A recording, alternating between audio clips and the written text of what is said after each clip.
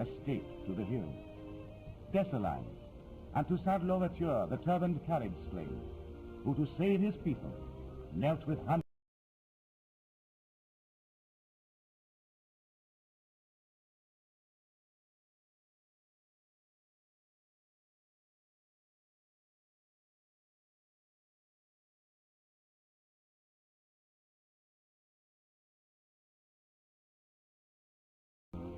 The persistent struggle of this race produced its great hero, Mackandal, who, while being burned alive at the stake by superhuman strength, tore himself